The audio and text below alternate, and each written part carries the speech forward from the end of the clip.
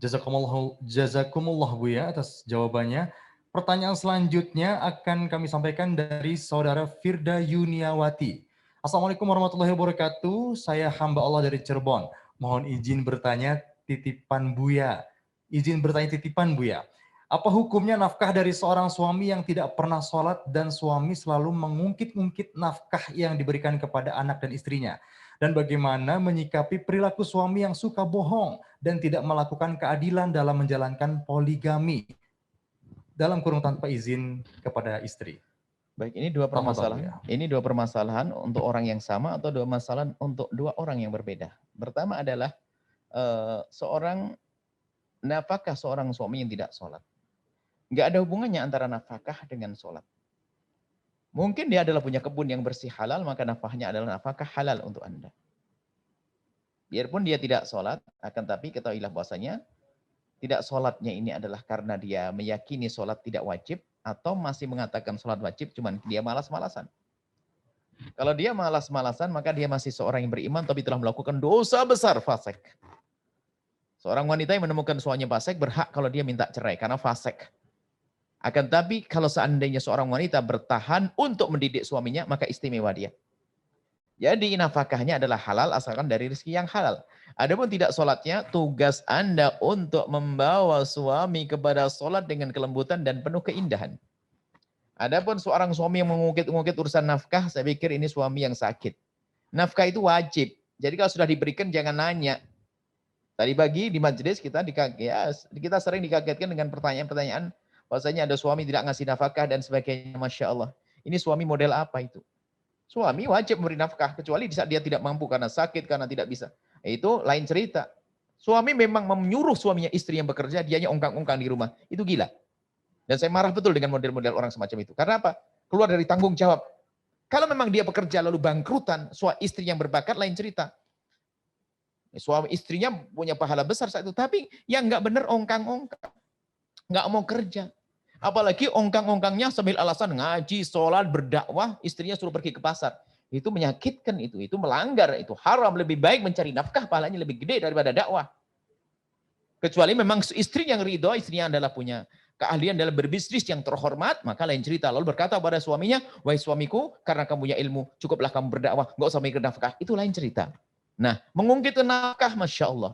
Kalau mengungkit nafkah, ya Anda ya nggak perlu. Itu kan akhlak jelek di dia. Ya Anda sabar saja.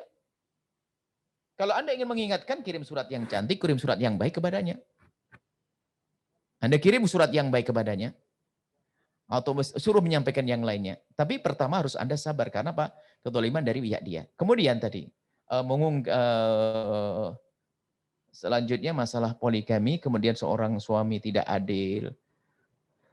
Masalah ketidakadilan itu, subhanallah. Jadi begini, suami berpoligami menikah lagi dengan istri yang kedua. Berarti ini kelihatannya istri pertama ya.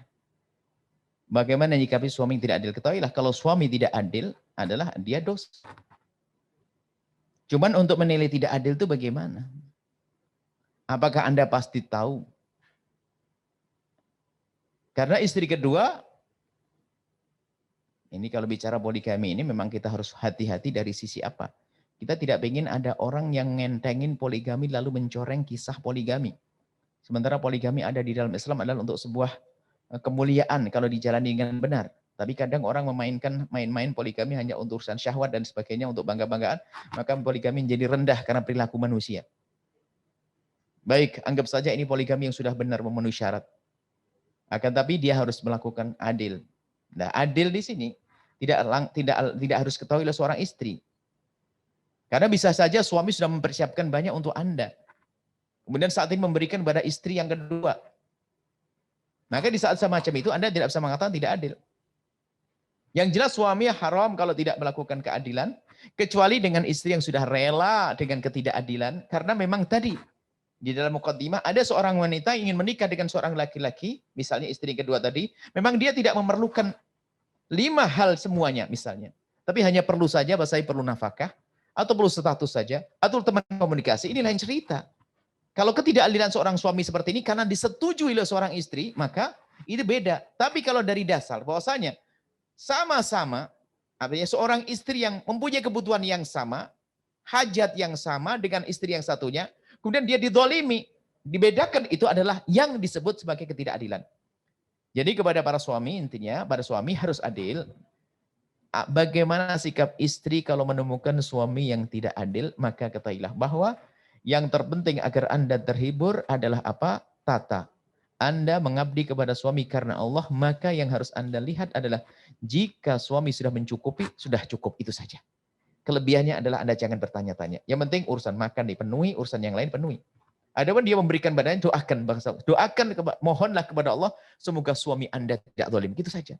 Dan berhusnudonlah, semoga suami tidak zalim. Kalau suami zalim kan dosa, haram, neraka, kan seperti itu. Jadi begitu. Jadi kalau memang suaminya tidak adil, maka Anda sabar, Anda memohon kepada Allah, ada diskusi yang baik ya.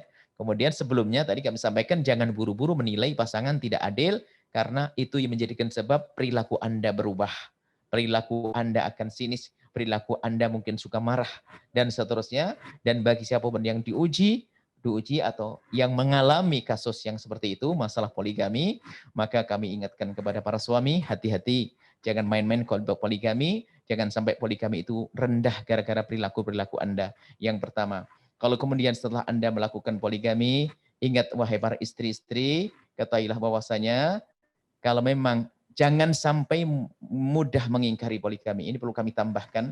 Akan tapi biasa saja. Seorang suami biasa saja, jangan dikit-dikit ngomong poligami, tetap ngomong sama istri dikit poligami. Itu juga nggak enak. Istri jangan sampai mengingkari poligami, dan suami jangan ngobrol tentang poligami. Kemudian yang harus diperhatikan juga bagi orang yang punya kasus seperti itu, jalan hidup adalah nanti insya Allah dalam season selanjutnya adalah membangun rumah tangga yang indah. Bagaimana di saat kita mengalami kasus-kasus yang semacam ini, apa yang hendaknya kita lakukan. Ini saja insya Allah, semoga semuanya terjaga. Wallahu a'lam bishawab.